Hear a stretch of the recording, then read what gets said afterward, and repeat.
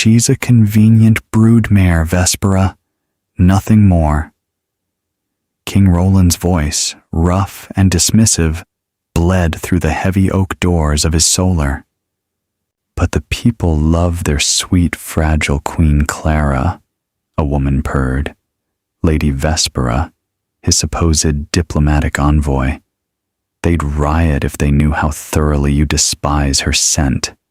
She smells of wild flowers and weakness. Roland scoffed, the sound like grinding stone. Let them love a phantom. She has the spine of a wilting violet. She'll never leave the comfort of my gold, even if she knew she was merely warming the throne for you. On the other side of the door, Clara didn't gasp. She didn't weep. Her hand, raised to knock, slowly lowered. The absolute, terrifying stillness of a dying heart settled over her, chilling her blood faster than the winter wind howling against the castle walls.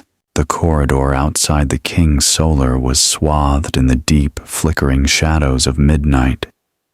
Torches sputtered in their iron sconces, casting long, distorted reflections against the cold stone walls of the keep. Clara stood rooted to the spot, the echo of her husband's cruel laughter ringing in her ears like a death knell. 5 years. She had spent 5 years enduring his volatile moods, managing the unrest of the Packlands, and bleeding her own soul dry to be the Luna and queen he demanded. She had thought his distance was the burden of the crown. She had thought his coldness was the nature of an alpha king weighed down by war. A convenient broodmare, warming the throne, Clara turned away from the heavy oak door. She did not run. Running would imply she was being chased, and in this moment, Clara realized with crystal clarity that she was utterly, entirely unvalued. No one would chase her. No one was looking. Her footsteps were completely silent as she navigated the labyrinthine halls back to her own chambers. The castle of Oakhaven was a fortress built for giants and wolves, a testament to brute strength and ancient magic. Clara had always felt small within its walls, a delicate human-blooded mate chosen for a peace treaty, or so she had been told. Now she knew the truth. She was a placeholder, a shield for his illicit romance with the pure-blood alpha female, Vespera. Reaching her grand chambers, Clara closed the heavy door behind her and leaned against it. The room was a suffocating display of Roland's wealth. Heavy crimson tapestries lined the walls, depicting the brutal victories of his ancestors. A massive canopy bed, draped in imported silks, dominated the space. On her vanity sat a fortune in jewels, diamonds that sparkled like ice, rubies the color of fresh blood, and the heavy, suffocating silver Luna crown. Clara walked toward the vanity. She looked at her reflection in the polished silver mirror. She was pale, her dark hair cascading in soft waves over her shoulders. She looked exactly as he had described her, a wilting violet, soft, fragile, dependent. A strange, quiet laugh escaped her lips. It was a hollow sound, devoid of humor. Slowly, deliberately, she reached up and unclasped the heavy diamond necklace from her throat. It fell to the vanity with a sharp clatter. Next came the silver armbands, the emerald rings, and finally, the intricate silver hairpins that held her braids in place. She stripped away every piece of metal and stone that marked her as his property. She moved to her wardrobe, bypassing the velvets, the ermine-lined cloaks, and the silk riding habits. Deep in the back, Hidden beneath a pile of discarded winter linens was a simple, coarse woolen dress and a faded brown cloak. They were the garments she had worn on the day she arrived at Oakhaven, before she was stripped and dressed in his gold. Clara changed quickly. The rough wool scratched against her soft skin, a grounding, biting reminder of reality. She laced up a pair of worn, sturdy leather boots. She looked around the room one last time. A queen leaving her king would normally take chests of gold, a retinue of loyal guards, and provisions for a journey. A queen would leave a scathing letter. A queen would demand justice. Clara packed nothing. She took no gold, for it was his. She took no food, for it was from his larders. She didn't even take a weapon from the ceremonial displays. She wanted nothing that carried his scent or his claim. Her eyes landed on the massive royal desk where she spent hours organizing his trade routes while he was supposedly hunting. She walked over, slipped the heavy silver wedding band from her left ring finger, and set it down dead center on his most recent, unread treaty. "You wanted an empty throne, Roland," she thought, her heart hardening into something resembling diamond. "It is yours." Without another backward glance, Clara pulled the hood of her faded cloak over her head and slipped out into the shadows of the castle, leaving the golden cage behind. Escaping Oakhaven was not a matter of speed, but of invisibility. The fortress was guarded by the Wolf Guard, elite shifters whose senses were sharp enough to hear a mouse's heartbeat at 50 paces. But Clara knew something they didn't. She knew the silence of the overlooked. For 5 years, she'd been ignored by the sentries. She was the fragile queen, the woman who supposedly never left her chambers past dark. They didn't look for her in the shadows, because they never expected her to be there. She navigated the servants' corridors, her soft leather boots making no sound on the worn stone. She bypassed the kitchens, where the dying embers of the hearth fires cast a faint orange glow, and slipped down into the damp, freezing crypts. The air here smelled of old earth, decay, and the metallic tang of ancient blood. Roland never came down here. He despised the smell of death. Clara found the narrow, rusted iron grate tucked behind the tomb of the third Alpha King. It was an old drainage tunnel, leading out past the castle's secondary wall and emptying into the wolfwood. She squeezed through, the jagged iron tearing a small gash in her palm. She didn't flinch.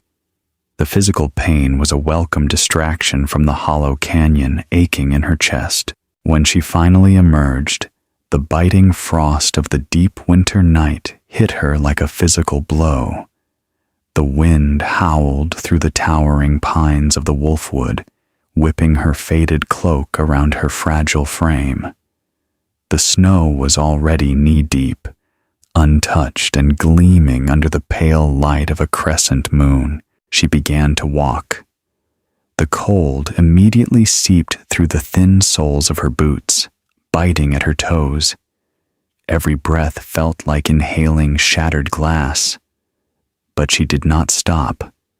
She pushed forward, letting the numbness overtake her limbs. She had been walking for perhaps an hour, the castle walls no longer visible through the dense, snow-laden trees, when the low, rumbling growl vibrated through the earth beneath her feet. Clara froze. From the shadows of a massive oak stepped a wolf. It was massive, its fur the color of storm clouds, its yellow eyes locked onto her. It was a border sentinel, one of Roland's pack. The wolf lowered its head, baring teeth that gleamed like daggers in the moonlight. It was preparing to howl, to alert the pack that the queen was wandering outside the walls. Panic flared, sharp and instinctive, but it was immediately smothered by a sudden, violent surge of something ancient and dormant within Clara. For 5 years, she had suppressed her own aura, keeping herself small and unthreatening to appease Roland's dominating alpha presence.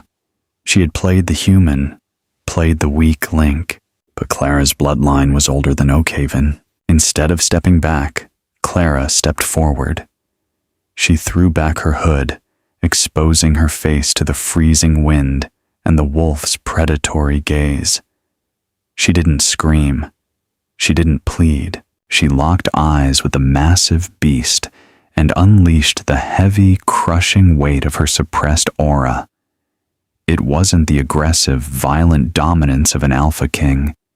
It was the suffocating, absolute authority of the ancient earth, the quiet power of a true Luna, unspoken but absolute. "Silence," she whispered. The word carried no volume, but it struck the air with the force of a physical blow. The sentinel wolf flinched, its ears pinned back flat against its skull. The rumble in its chest choked off into a pathetic whine.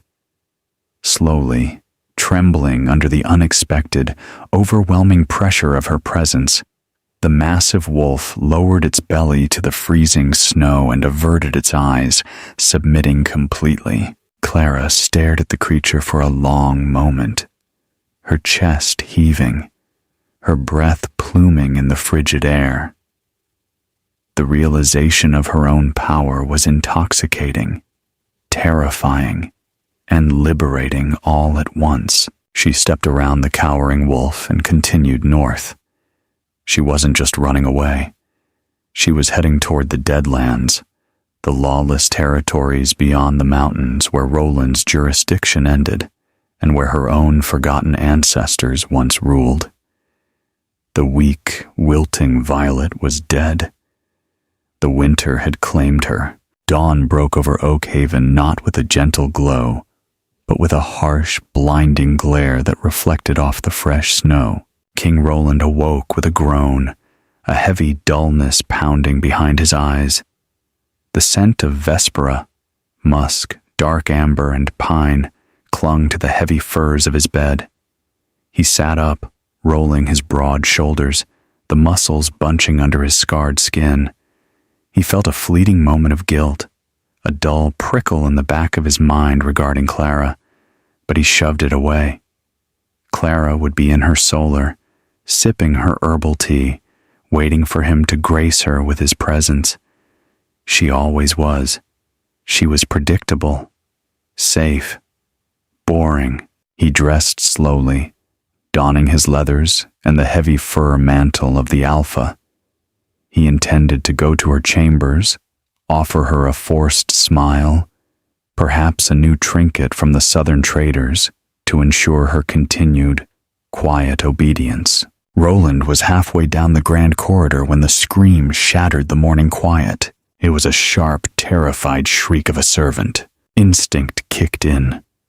Roland's eyes flashed gold, his canines elongating as he broke into a sprint, his heavy boots thundering against the stone.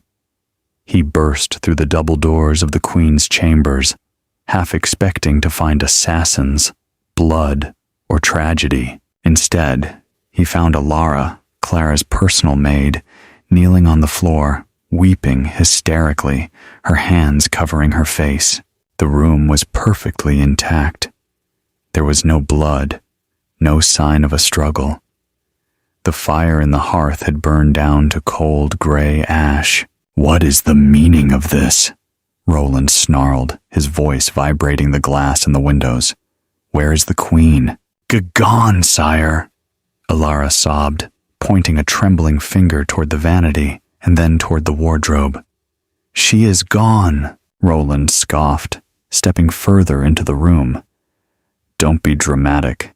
She is likely in the gardens, mourning a frozen rose or whatever it is she does." He inhaled sharply, seeking her scent, wildflowers, parchment, and sweet cream. Nothing. The air was stale.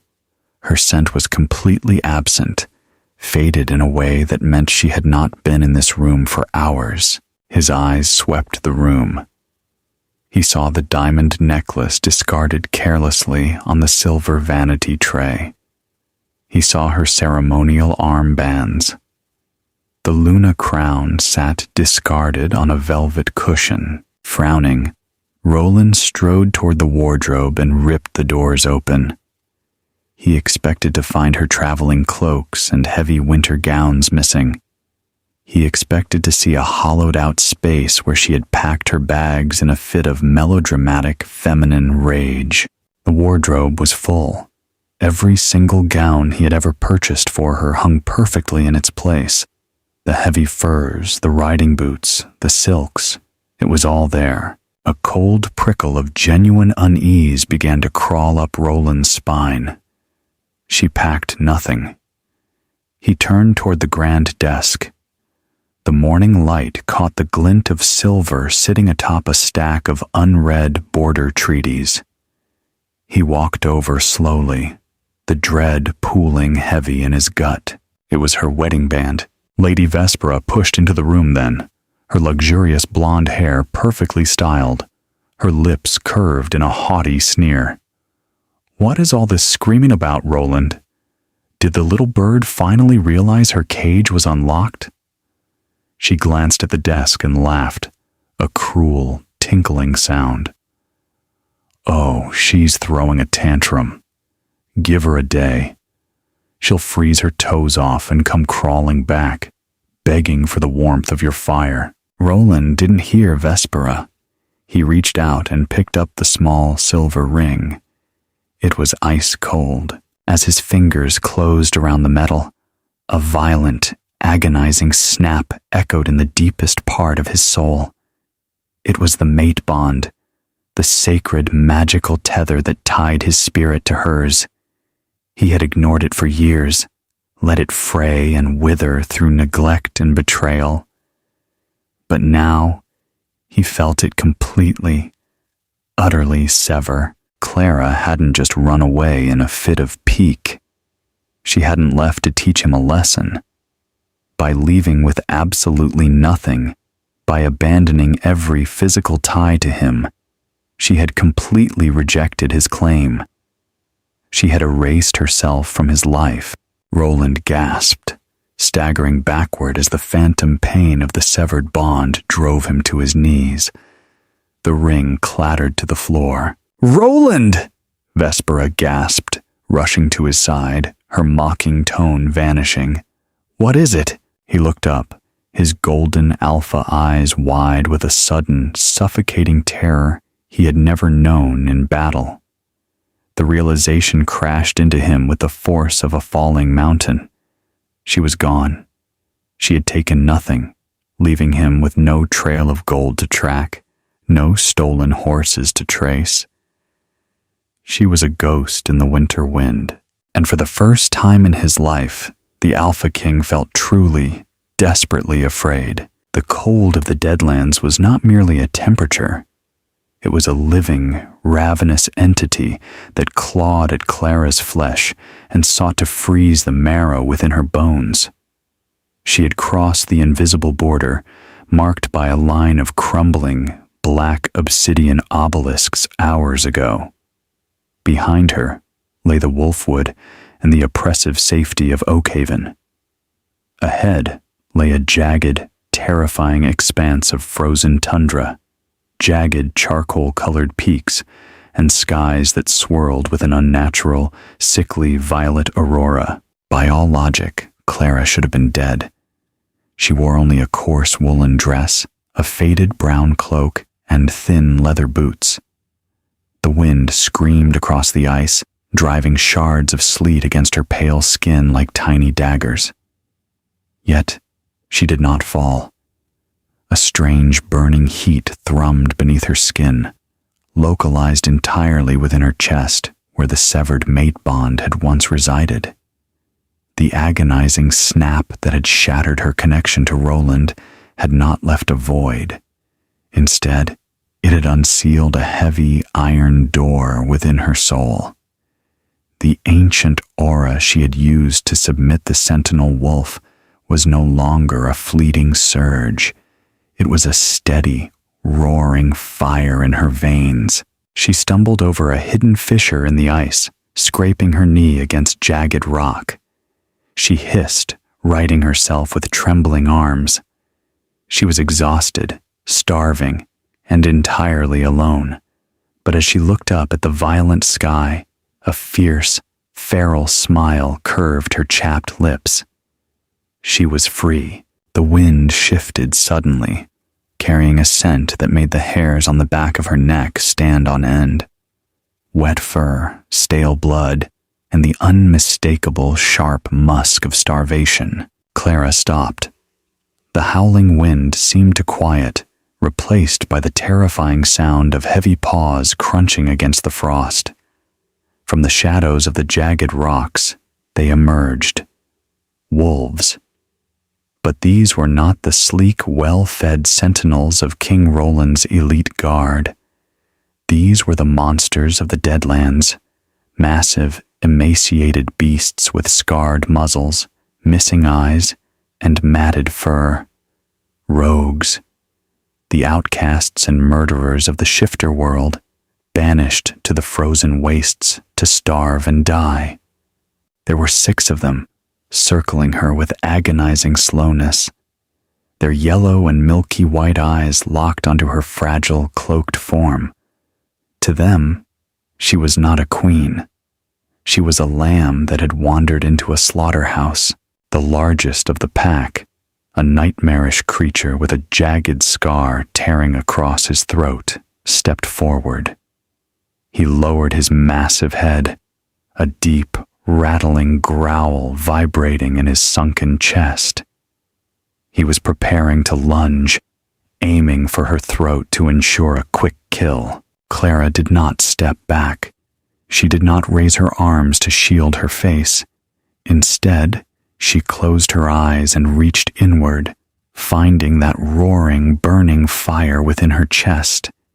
If she was going to die in the snow, she would die as herself, not as the wilting violet of Oakhaven. She threw back her cloak, exposing her unarmored chest to the freezing air, and unleashed her aura entirely. It exploded from her like a shock wave of invisible, crushing gravity. The air around her instantly smelled of ancient pine, heavy ozone, and the raw, electric scent of a shattered storm. It was not the angry, violent dominance of an alpha trying to force submission. It was the crushing, absolute, unquestionable weight of the earth itself. The lead rogue's lunge was aborted midair. He crashed violently into the snow, whining as the sheer pressure of her presence drove him to his belly. The other 5 wolves collapsed instantly, whimpering, their snouts buried in the ice, their tails tucked firmly between their legs. Clara stood over them, her breathing ragged, her eyes blazing with an ethereal, silver light she had never seen in a mirror. Slowly, agonizingly, the lead wolf began to shift. The sickening sound of snapping bones and tearing muscles echoed over the wind until a man knelt in the snow where the beast had been. He was massive, covered in tribal scars, his dark hair wild and matted with ice. He did not look up at her face. He kept his eyes respectfully on the worn leather of her boots. "The scent," the man rasped, his voice raw and disused. He trembled, but not from the cold. He was trembling with awe. The elders said the bloodline was extinguished. They said the true throne was lost. Clara frowned, the silver light slowly fading from her eyes, leaving her confused and fiercely cold once more. "Who are you?" she demanded, her voice surprisingly steady. "I am Kalen," the man replied, finally daring to lift his chin, revealing eyes as sharp and gray as flint. "And you, little bird, possess the scent of the first kings. You are the true Luna. We have waited centuries for you to return to the wastes." The great hall of Oakhaven was a cavernous space designed to intimidate. High vaulted ceilings disappeared into shadows, and heavy iron chandeliers cast a harsh, unforgiving light on the polished obsidian floors. But today, the hall felt less like a seat of power and more like a decaying tomb. King Roland slumped on his massive throne, a heavy fur mantle thrown haphazardly over his shoulders. He looked atrocious. Dark, bruised bags hung under his bloodshot, golden eyes. His skin, usually flush with the vitality of an alpha in his prime, was a sickly, ashen gray. His massive hands gripped the armrests of his throne so tightly that the ancient wood groaned in protest. It had been 3 days since Clara vanished. 3 days since the mate bond had violently, irrevocably snapped. The pain was a living thing inside his chest, a jagged, rusted blade that twisted every time he drew a breath. It wasn't just heartbreak. It was a literal, physical severing of his soul. A mated alpha drew strength, balance, and sanity from his Luna. Without her, his wolf was howling in eternal, maddening darkness, clawing at the inside of his skull, demanding its other half. "You must eat, Roland," Lady Vespera purred, stepping up to the dais. She held a silver platter offering rare, bloody venison. She was dressed impeccably in emerald silk, a stark contrast to the gloom of the room, looking every bit the queen she believed she was about to become. Roland flinched as she drew near. The scent of her, the dark amber and pine that he had once found so intoxicatingly forbidden, now struck his heightened senses like rotting meat. His wolf rejected her completely. It wanted the scent of wildflowers and parchment. It wanted Clara. "Get it away from me," Roland snarled, his voice a guttural, terrifying rasp. Vespera's perfectly painted lips thinned into a hard line. She slammed the platter onto a nearby table, the silver clattering loudly. "You are making a fool of yourself, Roland, over a human weakling. The pack is watching. The elders are murmuring. You are showing them vulnerability. I am showing them the consequence of a severed bond." Roland roared, rising from the throne. His sheer size was terrifying, but the tremor in his hands betrayed his fading strength. "You know nothing of this, Vespera. You are not my mate." Before Vespera could issue a scathing reply, the heavy oak doors of the hall swung open. Elder Thorn, a wizened, battle-scarred wolf with fur the color of winter ash, strode into the room, flanked by 3 other senior members of the Pack Council. Their faces were carved from stone, their eyes glittering with unrest. "My king," Thorn rumbled, coming to a halt at the base of the dais. He did not bow. "The sentries have scoured the Wolfwood. The northern passes have been searched. The queen is gone, and the land is reacting." Roland slowly sank back onto his throne, pressing a hand to his aching temple. "The land? The winter crops in the southern quadrant have withered to black sludge overnight," another elder stated grimly. "The pregnant females in the lower dens are feverish. The pack magic is bleeding out alpha. The tether is broken. We are unbalanced." Vespera stepped forward, tilting her chin up. "The pack requires a strong Luna to anchor the magic. Clara was a fragile placeholder. It is time you officially recognize a pureblood at your side, Roland. I can steady the pack." Elder Thorn slowly turned his head to look at Vespera. The disgust in his eyes was absolute. "You smell of ambition and deceit, Lady Vespera, not devotion. The pack magic recognizes true bonds, not political bedfellows. The earth weeps for its true queen." Thorn looked back at Roland, his gaze piercing. Clara's blood was human, but her soul was pure. You broke her, Roland, and in doing so, you have broken Oakhaven. A low, dangerous growl rattled in Roland's chest. The disrespect was flagrant, a direct challenge to his authority, but he couldn't find the strength to enforce his dominance. Thorn was right. The silence in his mind where Clara used to be was driving him insane. "Bring me Silas," Roland commanded, his voice dead and hollow. Silas, the king's master of the hunt, stepped out from the shadows near the pillars. He was a lean, wiry man with eyes like a hawk. "I am here, sire. Take your best trackers. Take 100 of the Wolf Guard. You will scour every inch of the continent. You will look under every rock, in every human village, in every shifter camp." Roland leaned forward, his golden eyes burning with a manic, desperate obsession. "Find my wife. Bring her back to me.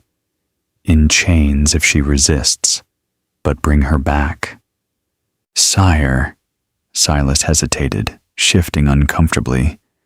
"We found a trail, one set of small footprints matching the Queen's boots. They didn't head south toward the human kingdoms." Roland's breath hitched. "Where did they lead?" "North, sire," Silas whispered, terror bleeding into his voice. "Past the black obelisks, the Queen walked straight into the Deadlands. The fortress of Ethelgard did not look like a place built by the hands of men. It looked as though it had been violently torn from the earth itself. Massive, jagged spires of black rock thrusting up into the violet sky, rhymed with centuries of unbroken ice. Clara stood at the base of the colossal, shattered gates, her breath catching in her throat. Kalen walked beside her, his massive frame shielding her from the worst of the biting wind. The 5 other rogue wolves followed at a respectful distance, their heads bowed, acting as an honor guard for a queen who wore a threadbare dress. "This is the cradle of our kind, little bird," Kalen said, his deep voice carrying over the whistling wind. "Ethelgard, the seat of the first Alpha, long before Roland's ancestors slaughtered their way to power and built that golden cage in Oakhaven. If this is the seat of power, why is it in ruins?" Clara asked, pulling her faded cloak tighter around herself. The burning heat in her chest had spread to her limbs, keeping frostbite at bay, but she could still feel the phantom chill of the frozen wasteland. "Because power requires a tether," Kalen explained softly, leading her through the ruined gates and into a cavernous courtyard. Here, hundreds of eyes glowed in the shadows. Rogues, outcasts, the deformed, the scarred, the broken. As Clara walked past, the sea of monsters parted, dropping to their bellies in the snow, submitting entirely to her scent. When Roland's great-grandfather usurped the throne, he did not just kill the king. Kalen continued, his voice echoing in the eerie silence of the bowing wolves. He hunted down the entire royal bloodline to ensure no one could challenge his claim. But the queen, your ancestor, was smart. She fled south into the human lands. She used ancient blood magic to bind her wolf spirit, making herself and her descendants appear entirely human to hide from the hunters. Clara's heart pounded against her ribs, a delicate human-blooded mate chosen for a peace treaty. That was what Roland had been told. That was what she had been told.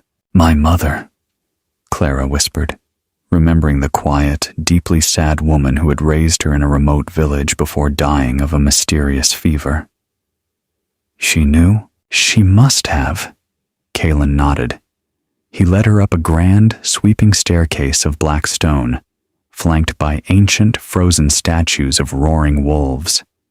She kept your wolf bound to save your life, and Roland, in his infinite arrogance, took the last heir of Ethelgard into his own home, believing her to be nothing more than a convenient pawn. They reached the top of the stairs and entered the grand throne room. The ceiling was open to the violent, swirling aurora above.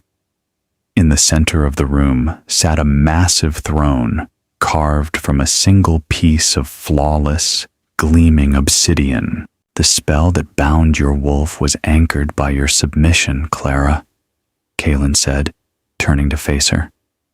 By playing the weak human, by enduring his cruelty, you kept the seal intact.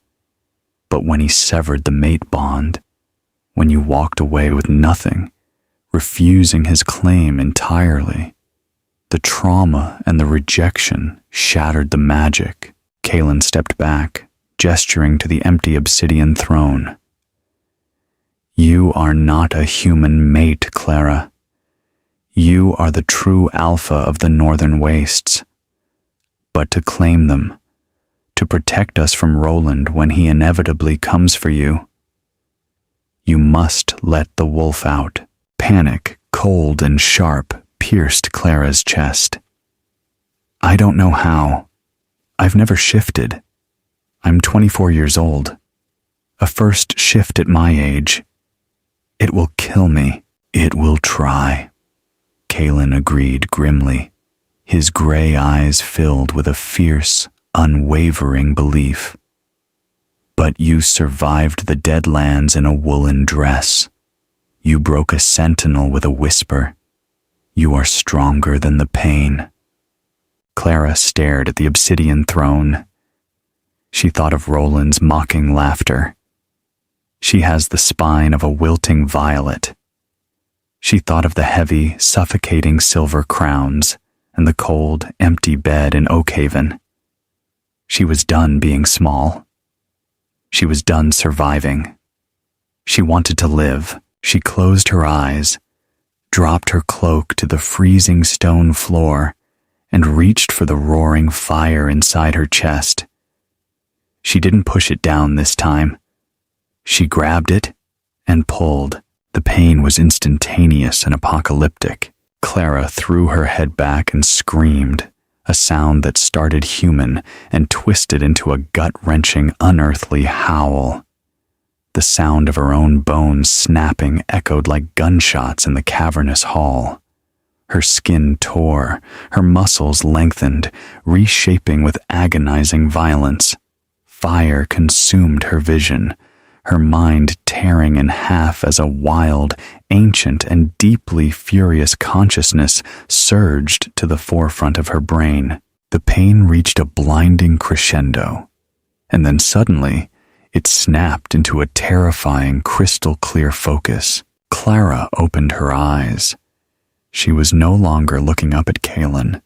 She was looking down at him. She stood on 4 massive paws, her claws gouging deep into the solid stone floor. Her fur was not gray or black, but a blinding, pure, luminescent white, glowing softly under the violet aurora. She was gargantuan, standing a full head taller than Kaelin's human form, radiating an aura of power so dense it made the air ripple around her. Kaelin dropped to his knees, tears freezing on his scarred cheeks as he bowed his head to the stone. Outside the throne room, the collective howl of 1,000 rogue wolves erupted into the night sky, shaking the ice from the ruined spires. The Deadlands were dead no more. The true queen had taken her throne. The expedition into the Deadlands was not a military campaign. It was a death march led by a ghost. King Roland rode at the head of the column, his massive black destrier struggling to find purchase on the treacherous glass-like ice of the northern wastes. Behind him rode 100 of the elite Wolf Guard, Oakhaven's finest warriors, clad in heavy furs and blackened steel. Usually, a march of this magnitude would be accompanied by war horns, the rhythmic thumping of shields, and the arrogant, rolling howls of an alpha pack asserting its dominance over the wilderness. Today, there was only the howling of the wind and the unsettling, hollow clatter of hooves. Roland looked terrible.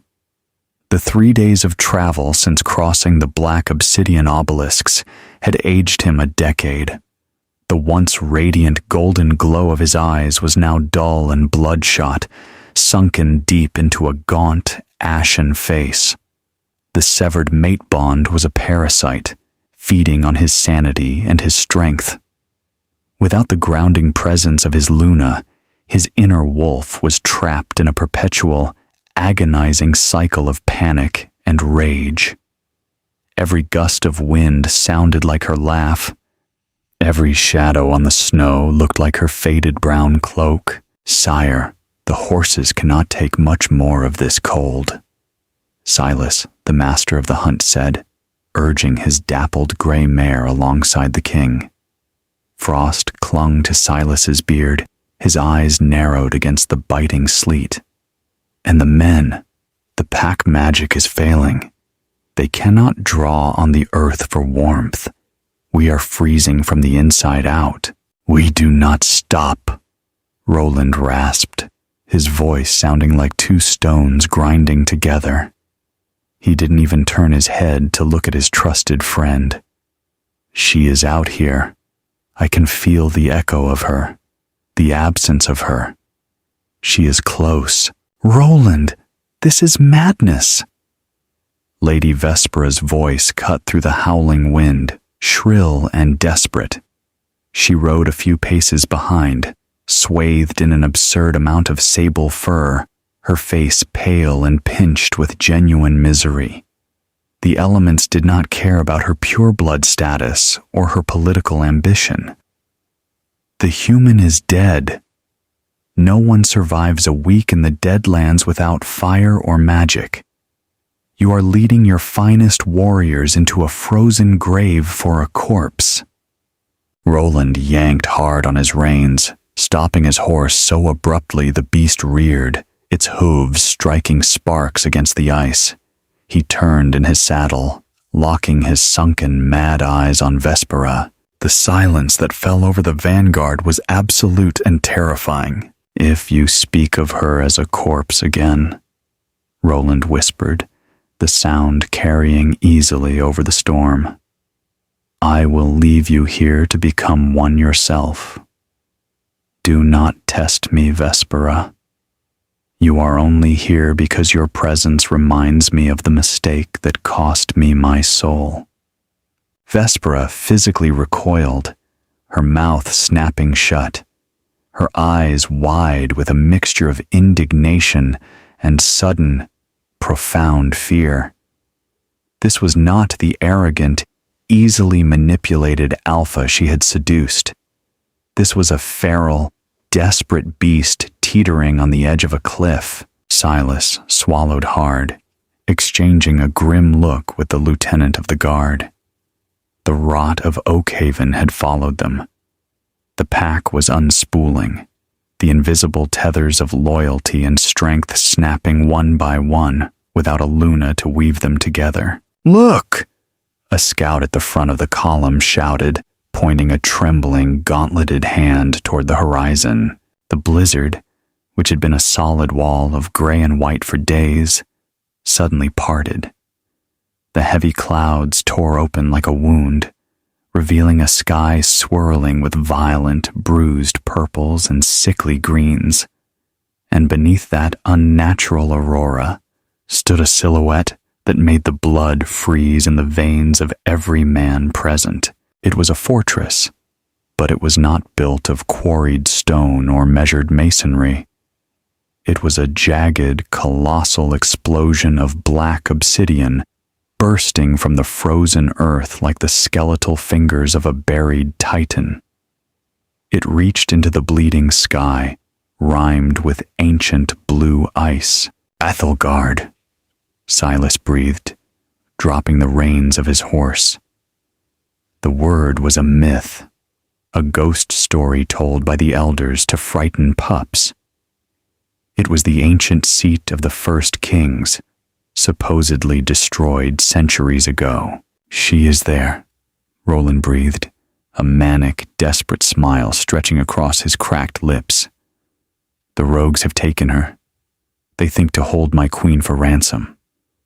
He drew his broadsword, the steel shrieking as it cleared the scabbard.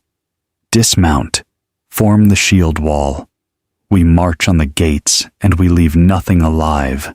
We take back what is mine. The march up the final, sweeping incline to the obsidian fortress was a grueling test of endurance. The air grew thinner, crackling with a heavy, oppressive energy that tasted of ozone and ancient earth. The Wolf Guard, usually a formidable wall of discipline and lethal grace, moved sluggishly. The unnatural magic of this place was pressing down on them, rejecting their presence. As they neared the massive, shattered gates of Ethelgard, the true horror of their situation began to dawn on Roland. He had expected a disorganized horde of starving, feral rogues. He had expected to see beasts fighting over scraps of bone in the snow. Instead, what awaited them at the mouth of the fortress was an army. Hundreds of massive wolves sat in perfect, terrifying silence along the ridges of the black stone. They were scarred, yes. Some were missing ears or eyes. Others bore the deep, jagged silver burns of exile. But they were not starving, and they were not feral. Their eyes glowed with an eerie, unified silver light, reflecting the aurora above. They sat in perfect formation, a sea of muscle and fangs, watching the Oakhaven Guard approach with the cold detachment of an executioner. "Hold the line," Silas barked, his voice wavering slightly as he stepped up beside the king. "Sire, there are too many. If they charge, we will be overrun in seconds." "They are outcasts, cowards," Roland spat, his grip tightening on his sword until his knuckles turned white. "They have no alpha to guide them. They will break." As if in direct response to his words, the sea of wolves at the gate parted. A lone figure walked out from the shadows of the obsidian archway. It was a man, massive and broad-shouldered, dressed in heavy leathers lined with pale fur. His face was a map of old tribal scars, and his eyes were the color of sharp flint. He carried no weapon, yet he walked with the absolute, unhurried confidence of a mountain. Kalen stopped 50 paces from the Oakhaven vanguard. He did not bow. He did not bare his throat. He simply stood with his hands resting casually on his hips, looking at King Roland with an expression of profound pity. "You have strayed far from your golden cage, usurper." Kalen's deep voice echoed across the ice, vibrating in the chests of the Wolf Guard. Roland's eyes flashed gold, his fangs elongating as his temper finally snapped. "I do not bandy words with banished filth. You have stolen my wife. You have taken Queen Clara of Oakhaven. Bring her out to me now, unharmed, and I will only slaughter half of you." Kalen let out a low, rumbling chuckle that sounded entirely devoid of humor. "Your wife? The woman you called a convenient broodmare? The fragile human you left to rot in your shadow while you warmed the bed of another?" Kalen's eyes flicked to where Vespera stood trembling behind the guards. "We have stolen nothing, Roland. The earth simply reclaimed what was always hers." "Bring her to me," Roland roared, taking a step forward, raising his sword. "She is bound to me. She is mine by law and by blood." "She is bound to nothing but the sky and the soil," Kalen replied, his voice dropping an octave, taking on a resonant, inhuman quality. "You severed the bond, Alpha. You threw away a diamond because you were too blind to see it shine in the dark. And in doing so, you broke the seal that kept us in the shadows. I am the king, Roland screamed, losing the last shreds of his composure. He threw his head back, preparing to unleash his alpha command, a sonic boom of pure dominance meant to force every shifter in the vicinity to their knees. He drew in a massive breath, his chest expanding, his eyes blazing like miniature suns. He unleashed the roar. The sound tore from his throat, a violent wave of force that cracked the ice beneath his boots. It rolled toward the rogue army, meant to crush their spines and shatter their resolve, but it never reached them. Before the sound wave could even touch Kalen, the earth itself seemed to groan in protest. The violet aurora overhead flashed blindingly bright, and then, from the deepest shadows of the Ethelgard courtyard, a new sound emerged. It was a low, vibrational hum at first, like the tectonic plates shifting beneath the crust of the world. Then, it escalated into a deafening, earth-shattering roar. It wasn't the roar of an alpha trying to conquer. It was the roar of a god awakening. The sonic wave of Roland's command slammed into this new wall of sound and disintegrated instantly, shattering like fragile glass against a diamond wall. Roland stumbled backward, gasping for air, the backlash of his broken command sending a shockwave of agony through his skull. The wolf guard around him dropped to one knee, clutching their ears, groaning in sudden, unbearable pain. You came looking for a fragile human, Roland, Kalen said softly, taking a step back and bowing his head low to the ground. But Ethelgard has no humans. We only have the true queen. The earth trembled with the rhythm of heavy, gargantuan footfalls. Out of the shadows of the colossal gates, she stepped into the bleeding light. Roland fell to his knees. The sword slipped from his numb, unresisting fingers, clattering uselessly against the ice. She was a nightmare of beauty and terror, a wolf the size of a warhorse, her fur a blinding, luminescent white that seemed to generate its own ethereal light. Her paws were massive, her claws like scythes of black glass. But it was her eyes that broke Roland entirely. They were not the soft, submissive brown of the human woman he had ignored for 5 years. They were pools of liquid silver, ancient and burning with the weight of centuries. It was Clara. He knew it in the deepest, most primal core of his ruined soul. It was his mate, yet entirely unrecognizable. The sheer, crushing pressure of her aura washed over the Oakhaven vanguard like a tidal wave. This was not dominance. This was divinity. The 100 elite warriors of the Wolfguard didn't just kneel. They collapsed. They pressed their faces flat against the freezing stone, whining softly, their inner wolves surrendering instantly and completely to the true alpha bloodline they had unknowingly betrayed for generations. Only Roland remained on his knees, his head forced up by a terrible, paralyzing awe. The gargantuan white wolf stepped closer, her movements silent despite her size. She stopped inches from him. The heat radiating off her massive body was intense, smelling of wildflowers, ozone, and fresh snow. She stared down at him, her silver eyes piercing straight through his chest, examining the mangled, pathetic remains of his soul. Roland couldn't speak. He couldn't beg. The arrogance that had defined his entire existence evaporated, leaving nothing but a hollow, terrified shell. He was a usurper sitting on a stolen throne, and the true heir had come to collect. Slowly, the blinding white light intensified, enveloping the massive wolf. The terrifying sound of shifting bone and muscle echoed through the silence. The light receded, and where the beast had stood, a woman now stood. She was still Clara, but the wilting violet was dead.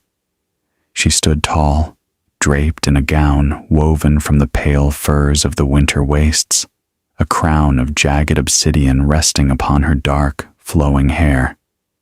Her skin glowed with a faint, silvery luminescence.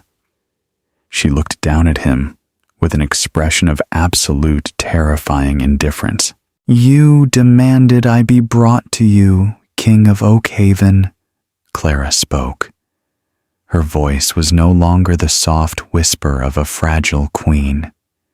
It was layered, echoing with the combined voices of the ancient kings and queens of Ethelgard. "I am here." "Clara," Roland choked out, a single pathetic tear tracking through the dirt on his gaunt face.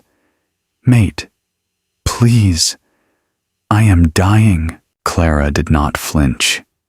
"You are not dying, Roland. You are merely shrinking to the size you always were without me to hold you up." She stepped past him, her bare feet making no sound on the ice. She looked out over the 100 prostrate guards of Oakhaven, and then further back, to where Lady Vespera lay sobbing in the snow, her rich furs stained with mud. "The bloodline of the usurpers ends today." Clara's voice rang out, clear as a bell. "But I will not begin my reign with the slaughter of my own kind. The earth is tired of shifter blood." She turned back to face Roland. "The pack magic of the South recognizes the true throne. Your men," she gestured to the trembling Wolfguard, "are my men now. The lands of Oakhaven are my lands." Roland let out a raw, broken sob. "Take me back. Punish me. Bind me in chains. But do not leave me in the dark, Clara. I am your alpha." "You are nothing," Clara stated, her silver eyes cold and final. "You wanted an empty throne to play house with your mistress. You have it. I sever you from the Packlands. I strip you of your alpha title. You and Vespera will walk back south, alone. You will live the rest of your days as rogues, without magic, without a pack, and without a mate." "No!" Roland screamed, reaching out a trembling hand toward the hem of her fur gown. "You cannot! The winter will kill us!" "Then you will understand exactly what you condemned me to when you pushed me out that door," Clara replied softly. She turned her back on him, raising her hands toward the ruined gates of Ethelgard. The rogue army erupted into a deafening, earth-shattering howl of victory, joined instantly by the surrendered Wolfguard. The sound shook the heavens, welcoming the true queen home. Roland knelt in the snow, a broken, powerless man, watching as the massive obsidian gates slowly began to close, sealing the glowing white wolf and her empire away from him forever. The cold finally set in, and as the gates slammed shut, plunging him into silence, he realized the darkest truth of all. He had not just lost his queen, he had lost his world, and so concludes the tale of Clara and Roland. This story was ultimately about the dangers of underestimating quiet strength. Roland believed his loud, aggressive dominance was the only form of power, failing to realize that true power, the kind Clara possessed, is rooted in endurance, legacy, and self-worth.